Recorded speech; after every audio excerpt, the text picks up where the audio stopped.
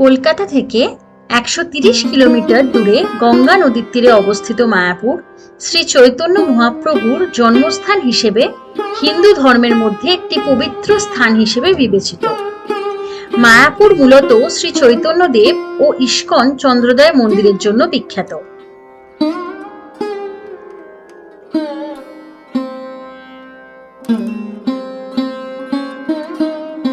হাওড়া বা শিয়ালদা থেকে কাটোয়া লোকাল ধরে চলে আসুন বিষ্ণুপ্রিয়া হল্টে। সেখান থেকে টোটো পেয়ে যাবেন গঙ্গার ঘাটে যাওয়ার জন্য। ভাড়া পড়বে 10 টাকা।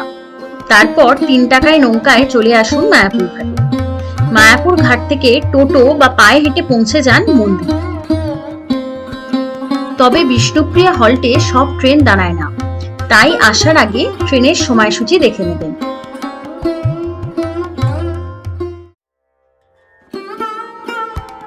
অথবা আপনারা কৃষ্ণনগর স্টেশন হয়েও আসতে পারেন মায়াপুর। কলকাতা থেকে প্রতিদিন অনেক ট্রেন কৃষ্ণনগর আসছে। সকালের দিকে যে কোনো কৃষ্ণনগর লোকাল ধরে চলে আসতে পারেন কৃষ্ণনগর।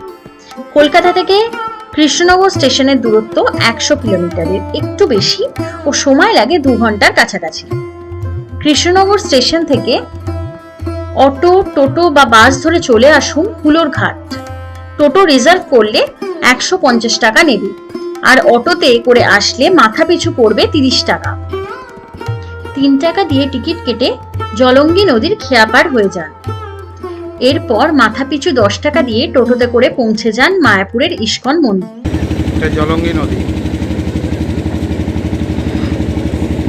আমরা এদিক থেকে এলাম। এটা হুলোর ঘাট, স্বরূপগঞ্জ হুলোর ঘাট বলা হয়।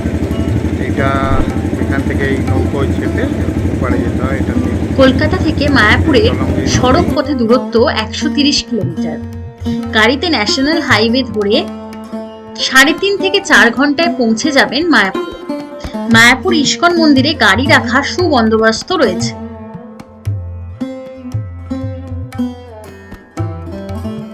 কলকাতা থেকে অনেক বাস সরাসরি আসছে মায়াপুর। ইস্কনের বাসও আছে কলকাতা থেকে। আপনারা চাইলে সকালে এসে রাতে ফিরতে পারেন। তাছাড়া আপনারা চাইলে প্রাইভেট বাসে করে চলে আসুন কৃষ্ণনগর শহর।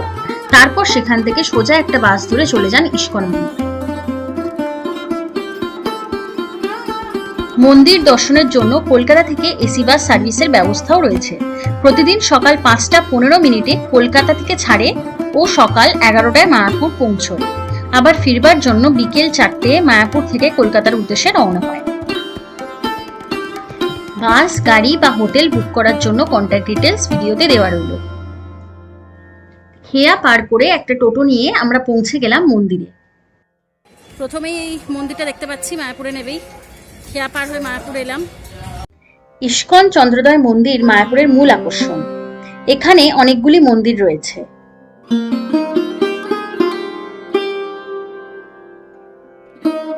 মন্দিরে প্রবেশের পরেই বাঁদিকে দেখতে পাবেন বিরামহীন নাম কীর্তনের মন্দির। এখানে অখণ্ড হরিনাম শুনতে পাবেন। মূল প্রবেশদ্বারের ডান দিকেই রয়েছে সমাধি মন্দির। সমাধি মন্দিরের ভেতরে ছবি তোলা নিষেধ। মোবাইল ও জুতো বাইরে জমা রেখে ভেতরে যেতে হবে। দর্শনার্থীদের জন্য সমাধি মন্দির সকাল 7:30 থেকে 1টা পর্যন্ত ও বিকেল 3:30 থেকে 8:30 পর্যন্ত খোলা থাকে। সমাধি মন্দিরের ভেতর শ্রী শ্রী প্রভুপাদ পুষ্পা প্রভুর স্বর্ণমূর্তি স্বর্ণ সিংহাসনে অধিষ্ঠান করছেন। এই মন্দিরের দোতলায় শ্রী শ্রী প্রভুপাদের ব্যক্তিগত ঘর ও জিনিস দেখতে পাবেন, তবে এর জন্য আপনাকে টিকিট কাটতে হবে। শ্রী শ্রী রাধা মাধব মন্দির বা চন্দ্রোদয় মন্দির। সারা বিশ্ব থেকে প্রচুর পর্যটক প্রতি বছর এই মন্দিরের আকর্ষণে বারে বারে এখানে আসে। মন্দিরের শান্ত নির্মল পরিবেশ পর্যটকদের এখানে নিয়ে আসে। এই মন্দিরে রয়েছে শ্রীকৃষ্ণের মূর্তি, যেখানে তিনি সখীর দ্বারা পরিবেষ্টিত। মন্দিরের মূল আকর্ষণ রাধাকৃষ্ণের বিগ্রহ। অসাধারণ সেই বিগ্রহ যেন চেয়ে থাকতে ইচ্ছে করে সবসময়। মন্দিরের ভোরবেলার মঙ্গল আরতি ও সন্ধ্যা আরতি দেখার মতো হয়। এখানে শ্রীকৃষ্ণের জীবন আখ্যান প্রদর্শিত। শ্রী চৈতন্য দেবের জন্মস্থান হিসেবে মায়াপুরের চন্দ্রোদয় মন্দির নির্মাণ করা হয়। এরপরেই দেখে নিতে পারেন চৈতন্য লীলা প্রদর্শনী। ভক্তগণের জন্য এটি খোলা থাকে সকাল 10টা থেকে 1টা ও বিকেল 4টে থেকে 6টা পর্যন্ত। মায়াপুরের আর এক আকর্ষণ ডিজিটাল তারামণ্ডল, সকাল 10টা থেকে রাত 8:30 পর্যন্ত খোলা থাকে। এরপর আপনারা ঘুরে দেখুন ইস্কনের নিজস্ব গোশালা। প্রায় 200-র কাছাকাছি গরু ও বলদ আছে এখানে।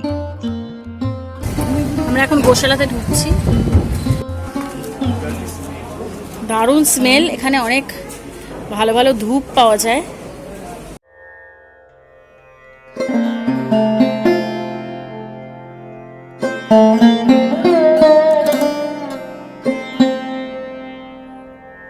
এদের স্বাস্থ্য ঠিক রাখার জন্য সবসময় একটা পশু চিকিৎসক এখানে উপস্থিত থাকেন।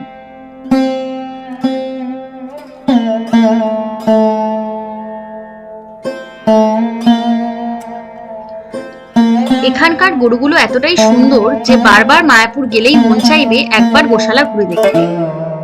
এই গরুর দুধের তৈরি খাবার যেমন ঘি, দই এখানে বিক্রি হয়।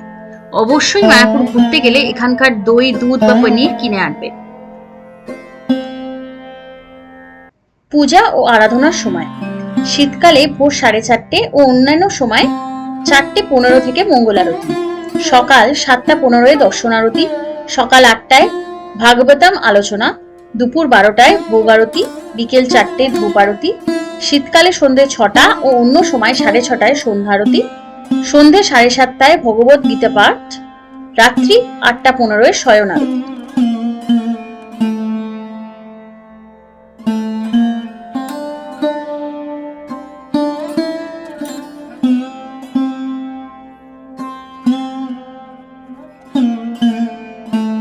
মায়াপুর মন্দির দর্শন করে কম খরচে মন্দিরের সুস্বাদু প্রসাদ গ্রহণ করে নিন।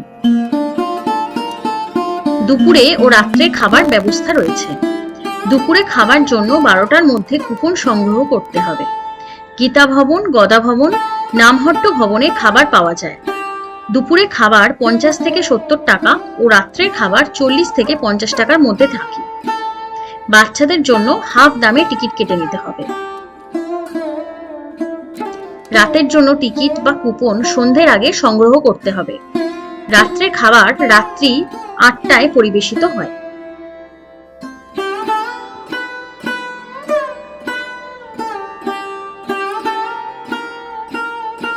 এছাড়াও ইস্কন মন্দিরে রয়েছে অসংখ্য ভোজনালয়ের দোকান।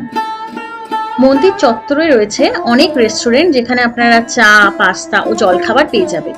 তাই বলা যায় খাবারের কোনো অসুবিধেই হবে না। মন্দিরের ভেতর রাত্রে থাকার জন্য সুব্যবস্থাও রয়েছে।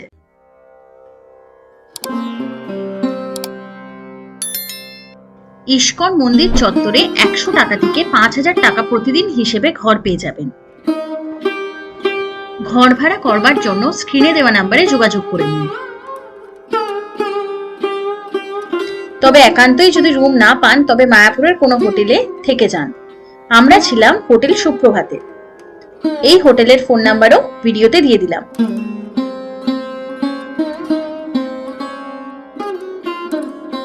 ভিডিওটি ভালো লেগে থাকলে একটা লাইক ও চ্যানেলে নতুন হলে সাবস্ক্রাইব করতে ভুলবেন না। দেখা হচ্ছে পরের ভিডিওতে।